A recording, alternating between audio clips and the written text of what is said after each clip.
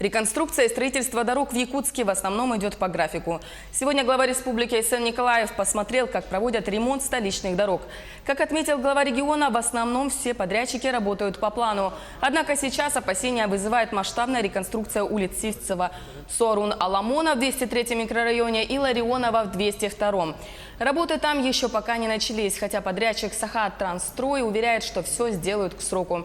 Напомню, что в этом году в столице региона планируют отремонтировать и построить 20 улиц и 3 мостовых перехода. Общая протяженность 23 километра. На эти цели выделили 1,5 миллиарда рублей.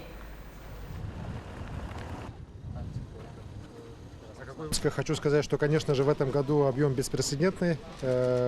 Общая стоимость 1,5 миллиарда рублей. 500 миллионов выделил город из своего бюджета, несмотря на все сложности.